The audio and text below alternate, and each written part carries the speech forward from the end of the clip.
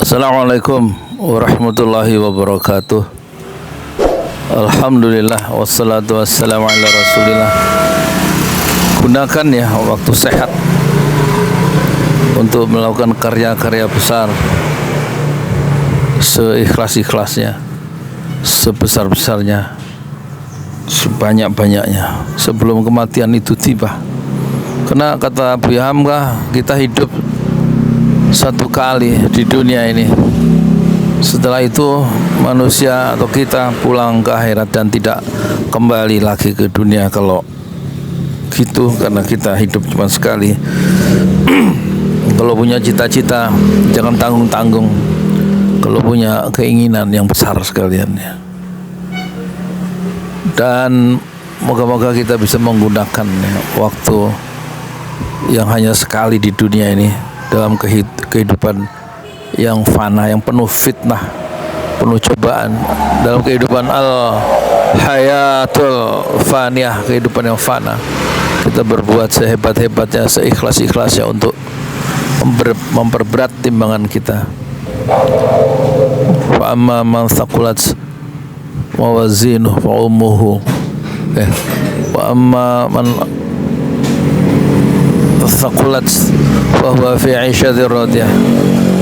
Siapa yang berat timbangannya, maka dia akan mendapat ya, keridhaan Allah di akhirat. Wa amma man khaffat mawazinuh, kalau ringan, enteng ya, timbangannya, timbangan kebaikannya, maka fa ummuhu hawiyah, dia akan kembali kepada neraka hawiyah, yaitu api neraka yang menyala-nyala. Dalam konteks politik di Pilkada Jakarta tentu hendaknya dilihat dalam kerangka memperbesar ya timbangan amal kebajikan yang akan didapat melalui politik ya. Karena tokoh politik ketika menetapkan keputusan politik dan kewenangannya, dia akan mendapatkan amal soleh yang banyak karena tanda tangannya itu yang didorong oleh yang di belakangnya ada anggaran besar. Dengan kewenangannya itu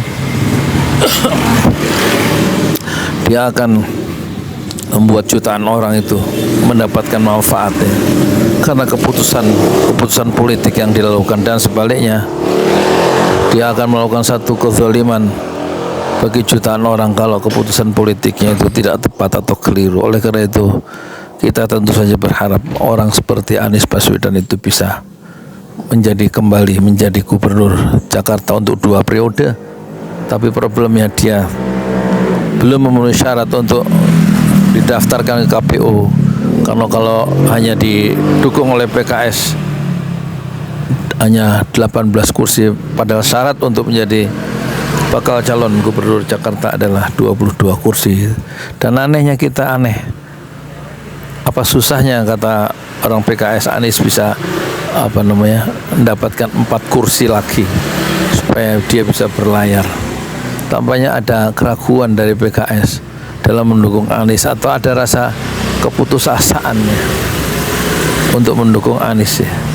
Ini sebenarnya di luar karakter asli PKS yang awalnya militan, apalagi dia berpengalaman di dalam oposisi selama 10 tahun.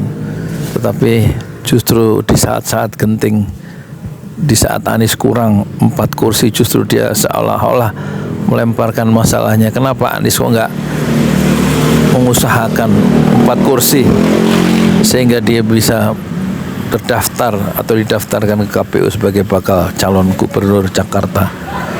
Kan saya sudah kasih modal 18 kursi kata PKS yang dia menang dalam pemilihan legislatif di DPRD DKI, kurang 4, itu tanggung jawab Anies, kira-kira begitu. Saya kira masalahnya bukan hanya PKS ya, Nasdem dan juga yang awalnya mendukung, dan juga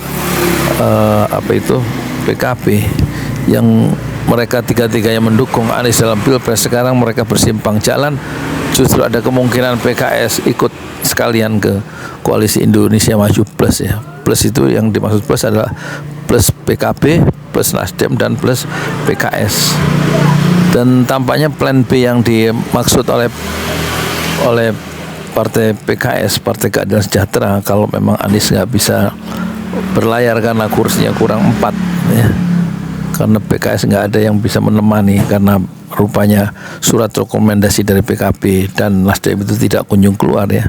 Padahal untuk daerah-daerah lain surat rekomendasi untuk bakal calon gubernur atau kepala daerah itu sudah keluar, tapi justru tampaknya Nasdem dan PKB akan merapat ke KIM demi alasan kepentingan pragmatis. Tapi mereka sebenarnya diuntungkan saat mereka mendukung calon Presiden Anies Baswedan, karena naik kursinya di perolehan di legislatif itu melompat semuanya, baik PKS, baik Nasdem maupun baik PKB.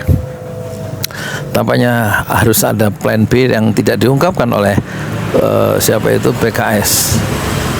Dan tampaknya plan B itu mungkin masih terbuka kalau Anies menjadi calon independen ya. Konon perlu 7%. Jadi sekitar perlu 450.000 KTP yang dikumpulkan, yang sudah diverifikasi 7% dari jumlah pemilih, mungkin begitu ya, saya kurang tahu. Kalau itu memang bisa ditempuh, calon Anies tidak ada yang mendukung, termasuk tidak didukung oleh PKS, dan PKS harus mengambil langkah yang pragmatis, karena di dalam PKS juga ada sayap-sayap pragmatis ya, ada sayap-sayap oportunistis, nggak semuanya punya ideologi yang militan. Tetap ada, dalam sejarah selalu ada pengkhianat dalam sebuah gelombang idealisme. Dalam sejarah Rasulullah juga begitu ya, di tengah rombongan kafilah jihad itu tiba-tiba ada 300 kaum munafikin keluar dari barisan di saat Rasulullah masih hidup, dan masih berada, mereka adalah binaan dari Rasulullah langsung, tapi selalu ada pengkhianat di dalam sejarah. Jadi dalam perspektif sejarah itu, kita tidak heran kalau Anies sekarang menghadapi pengkhianat dari kawan-kawannya sendiri, apapun alasannya. Kalau gitu soalnya, maka yang harus dilakukan oleh Anies mungkin adalah mengumpulkan KTP untuk maju sebagai calon independen dan merebut kembali nilai-nilai keadilan yang akan ditebarkan untuk mengayomi seluruh warga dari Jakarta. Dan kita tentu berharap ya, Anies dengan timnya atau dengan relawan-relawannya bisa mengumpulkan 450.000 KTP yang sudah diverifikasi, sehingga bisa mendapatkan mendapatkan syarat untuk menjadi bakal calon gubernur DKI. Jadi pasti ada pilihan-pilihan yang realistis dan juga sangat idealis, dibukakan pintunya oleh undang-undang. Saya kira mungkin itu plan B yang agak sulit, tetapi semua yang sulit, semua yang cita-cita yang sulit, yang apa yang mau kita capai tingkatnya sulit dan mulia, maka memang akan berliku-liku jalannya, akan besar pengorbanan untuk mencapainya. Sebagaimana Imam Al-Ghazali pernah mengatakan, setiap keinginan yang agung, yang besar dan mulia, maka pasti untuk mencapai keinginan yang agung dan mulia itu, jalannya itu berliku-liku dan membutuhkan pengorbanan yang besar untuk mencapai keinginan politik yang agung dan mulia itu, yaitu menjadi calon atau menjadi bakal calon gubernur Jakarta yang akan meratakan jalan bagi tegaknya keadilan untuk semua. Imam Al-Ghazali berkata, "Idza azumal matlubu wa syaraf su'uba maslakuhu wa kathurat dhahiyatuh." Jika yang mau dicapai itu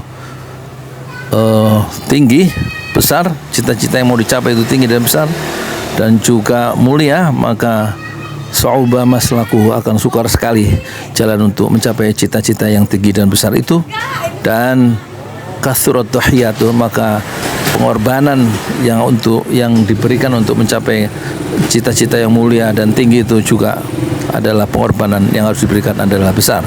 Selamat menempuh jalan yang berliku-liku, menempuh jalan yang mendaki, dan selamat untuk berkorban mencapai cita-cita mulia, yaitu menjadi pemimpin politik yang penuh dengan keadilan dan kesetaraan dan berpihak pada rakyat banyak dan rakyat kecil. Selamat berjuang Anies Baswedan dan relawan-relawannya di pojok-pojok Jakarta. Assalamualaikum warahmatullahi wabarakatuh. Di jalan Allah. Ini Masjid Enam Syuhada lagi dikunjungi sama Ketua Hilmi. Modal awalnya berapa Pak Yudi Pramuko? 750.000. 750.000 rupiah aja. Jadi ini 500 jutaan nih barang. Sekarang udah habis 310. Masya Allah, tuh udah pakai keramik, plafonnya tinggal. Granit tuh kayak marmer. Tuh, Masya Allah nih, sampai juga kita ke sini. Masjid Enam Syuhada, ngapa namanya Masjid Enam Syuhada, Ya, Pak Yudi? kita mau mendokumentasikan perjuangan dakwah nama anak muda pengawal Habib Rizik Syihab itu. Masya Allah. Yang dibunuh sama orang jahat di kilometer 50. Kilometer 50 ya. Itu kan simbol memperjuangkan dakwah itu kita harus memberikan segalanya untuk Islam kan ya. Untuk Masya dakwah Islam. Allah. Dan nama anak muda itulah yang sudah memberikan segalanya untuk Islam. Masya Allah. Apa nanti nama pemuda itu ada juga di sini mungkin diterapkan? Mungkin namanya 6 syuhada. 6 syuhada ya. itu, 6 syuhada dipasang di sini, 6 syuhada. Bipali, apa yang dikomentarin dari ini semua, Bipali? Masya Allah, luar biasa. Dari uang 700.000, kalau pengen ternyata bisa. Bisa. Allah kirim. Tuh, bisa. Ya, dengan masuk satu gang kecil, tapi Bapak ini luar biasa. Kecil tuh. Masya Allah ya. Satu call aja. Masya Allah. Perjuangan Pak Yudi Pramuko, YouTuber sejagat paling tua. Tertua di semesta. Tertua di semesta. Masya Allah. Tukang donat. Tukang donat. Tukang donat dari Paru. Ini saya laporkan dari lapangan ini, langsung dari Masjid Enam Syuhada. Masya Allah. Dan ini dia. Dalam lihat ah. Tuh, lihat tuh masjidnya. Tuh imamnya di situ tuh. Malam-malam lagi kita. Masya Allah. Masih kurang nih. Atapnya katanya transfer aja. Masjid Enam Syuhada sebentar lagi selesai. Dinding lubang angin sebagian sudah terpasang, lantai 2,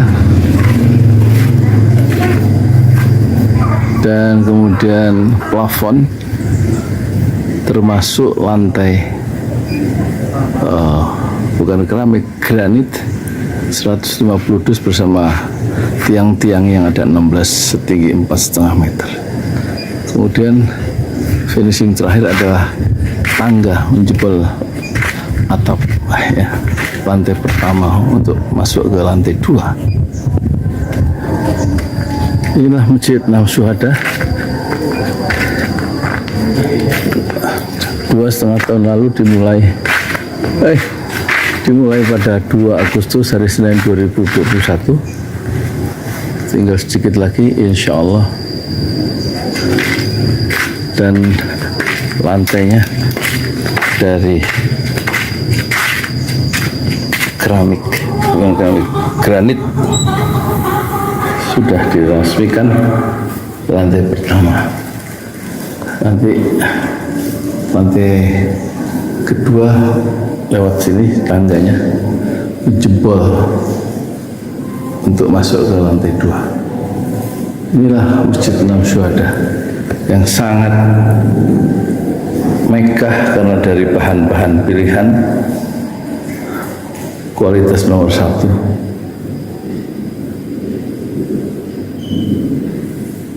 Tinggal sekitar 80 juta lagi finishing lantai atas selesai, insya Allah.